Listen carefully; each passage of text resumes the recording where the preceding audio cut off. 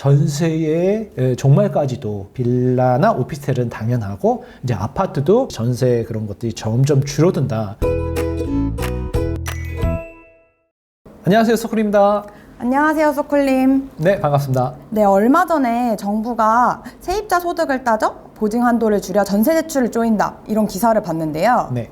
전세 대출 보증 한도를 줄이는 게 원인이 무엇일까요? 전세 자금 대출을 원래 없었어요. 본인이 모은 현금으로 가지고 전세를 들어오는 거였지, 돈이 부족하면 이제 전세를 대출을 받아서 그 전세금을 담보로 대출을 일으킨 다음에 집주인한테 주고 전세를 들어오는, 그러다 보니까는 이제 적은 돈으로, 예를 들면 월세를 살아야 되는데 2천만 원밖에 없어서 8천만 원짜리 전세를 들어가고 싶으면 6천을 대출을 받아서 그거에 대한 이자만 내고 은행에다가 그러니까 월세를 내는 개념이죠. 싸게 전세를 누리는 그런 개념이었는데, 그렇게 하다 보니까는 이제 집주인들이 전세금을 역전세나 공실로 못 돌려주는 경우가 외곽 지역에서 빌라나 오피스텔 같은 경우에서 많이 생기니까, 정부에서 그러면은 전세 자금에 대해서 보증해준다, 보험이죠, 보험을 가입해준다. 그래서 만약에 집주인이 돈을 못 돌려주더라도 정부에서 미리 돈을 돌려줘서 세입자는 이사 갈 수 있게 해주고, 그 다음에 나중에 집주인한테 구상권을 청구해서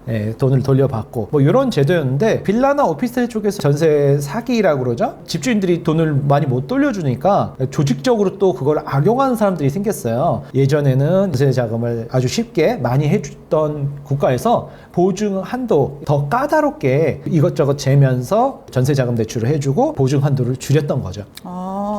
그러면 전세 보증 한도가 축소하게 되면 전세 대출 받기가 더 어렵게 될 수 있겠네요. 당연하죠. 네.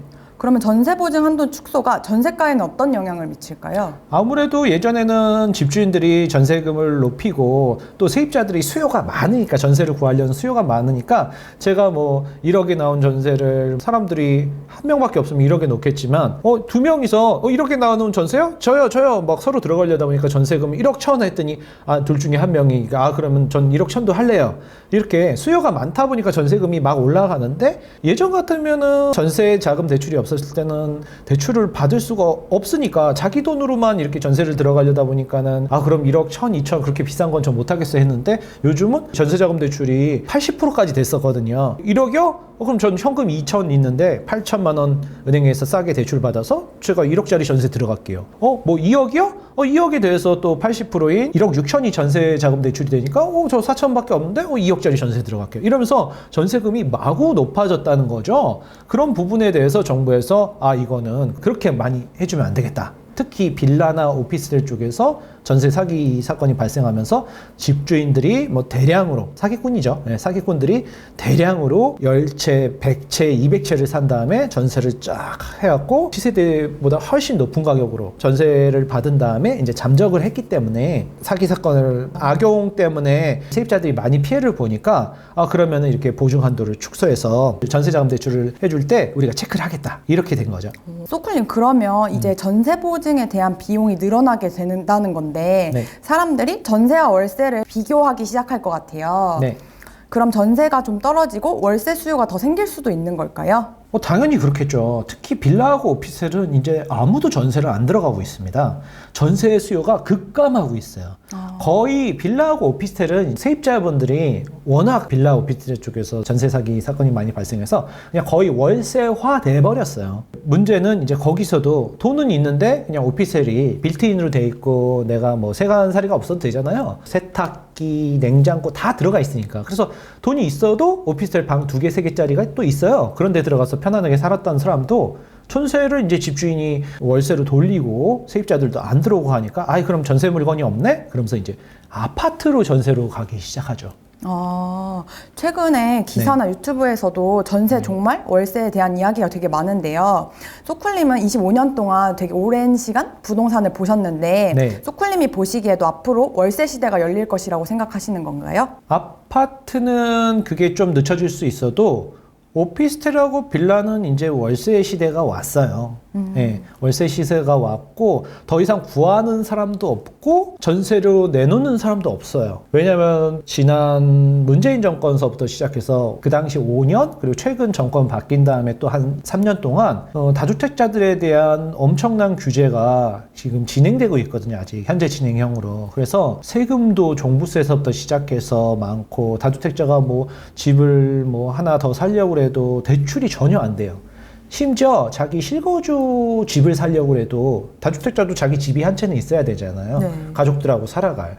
그 집을 살려고 해도 대출이 안 되기 때문에 이제 똘똘한 한 채 현상으로 많은 다주택자들이 1주택자로 전환을 하고 있어요. 특히나 최근에 2018년도에 마지막 아파트 장기 임대사업자가 내년 2026년도인 내년에 그 8년이 도래해요. 그러면은 많은 다주택자들이 이제 벼르고 별러서 이제 종부세 혜택이나 이런 거 준다고 임대사업자를 8년 장기로 가져갔었는데 내년쯤 되면 아마 다주택자들이 많은 집을 매도를 할 것 같아요. 그러다 보면은 저도 매도를 하려고 지금 준비 중인데 그 8년 동안 전세금 5%밖에 못 올려 세입자 보증보험 가입해줘 집주인이 대신해서 서류 잔뜩 만들고 국세, 지방세, 완납증명서에 세입자가 보증보험을 집주인이 가입하고 집주인이 보증료를 전부를 내던가 75%를 내고 이런 뭐 어떻게 보면 집주인한테 너무 불리한 법들이 제도들이 지난 8년 동안 많이 생겨서 이제 다주택자들이 질려버린 분들이 많아요. 네. 그래서 앞으로 전세 물건들이 많이 줄어든다. 월세도 마찬가지고요. 많이 줄어드는데 그게 특히나 빌라나 오피스텔 같이 저렴한 물건서부터 시작해서 막 오르지도 않고 이제 규제만 많으니까요. 그 지방이나 경기도 외곽에 있는 많은 물건들, 저렴한 물건들이 그런 현상이 많이 발생할 것 같습니다. 전세의 종말까지도 빌라나 오피스텔은 당연하고 이제 아파트도 전세 그런 것들이 점점 줄어든다. 그래서 만약에 전세 물건들이 남아 있는 거는 오히려 가격이 수요는 줄어들지만 공급은 더 많이 줄어들어서 강남같이 아주 선호하는 수요 지역은 전세가가 급등할 걸로 보고 있습니다. 네, 소쿨님, 전세 가격이 많이 오를 거라고 말씀을 해주셨는데요. 네, 강남 3구 쪽은 그렇죠? 네, 그렇다면 매매가는 어떻게 될까요? 매매가는 전세로 사시는 분들 중에 돈이 있는데도 전세금이 넉넉하게 있는데도 올 현금으로 전세에 살았던 분들이 있는데 그분들이 이제 전세 물건이 줄어드니까 비싸게라도 들어가려고 했는데 전세 물건들이 없다 보니까 그 매매로 전환되는 수요가 있을 것 같습니다. 특히 강남 3구라든가 서울같이 수요가 많은 쪽은 수요는 많은데 그냥 집이 세금 내거나 귀찮아서 수리도 해야 되고 내 돈 들이기가 집에다 깔고 앉는 게 싫어서 이제 안 샀던 분들이 있어요. 그 분들이 돈은 많은데 안 샀는데 전세 물건이 없으니까 에이 그냥 이번에 사버릴까? 월세 가긴 싫고 그런 분들은 당연하게도 매매 수요로 전환될 것 같습니다. 네, 그러면 마지막으로 아마 이 영상을 보시는 분들 같은 경우에는 전세 세입자로 거주하시거나 무주택자이신 분들이 많을 것 같아요. 네. 앞으로 이런 분들은 어떤 준비를 하면 좋을지 한 말씀 부탁드릴게요. 무주택자분들은 당연하게도 지금 매매 준비를 하셔야 돼요. 실거주 한 채는 꼭 있어야 됩니다. 그리고 이제 1주택자분들은 상급지로 평수를 경기도 외곽이나 하급지에서 넓히는 것보다 평수를 줄여서라도 상급지로 입지에 업그레이드를 하셔야 돼요. 평수의 업그레이드만 보통 일반인들은 생각하는데 같은 단지에서 이제 큰 평수로 간다는 거죠. 그거보다는 입지의 업그레이드를 고려해서 더 상급지에 사시는 분들은 최상급지로 이렇게 상향해서 입지를 업그레이드를 하셔야지. 왜냐하면은 외곽 쪽은 아무래도 경기도 외곽이나 지방 외곽 같은 경우는 수요가 점점 줄어들고 젊은 층들이 점점 빠져나가고 있어요. 거기다가 미분양도 굉장히 급증하고 있기 때문에 경기도 쪽도 미분양이 굉장히 많거든요. 그렇기 때문에 공급은 많은데 수요는 점점 핵심지로 몰리고 있기 때문에 1주택자는 상급지로, 무주택자는 서울 핵심지로 내 집 마련을 빨리 하시고 갈아타셔라, 이렇게 말씀드릴 수 있겠습니다. 네, 감사합니다. 소쿨님. 전세대출 규제에 따라서 부동산 시장에 대해서 오늘 이야기해 주셨는데요. 네, 저희 이번 이야기는 여기서 마무리하도록 하겠습니다. 감사합니다. 네, 감사합니다.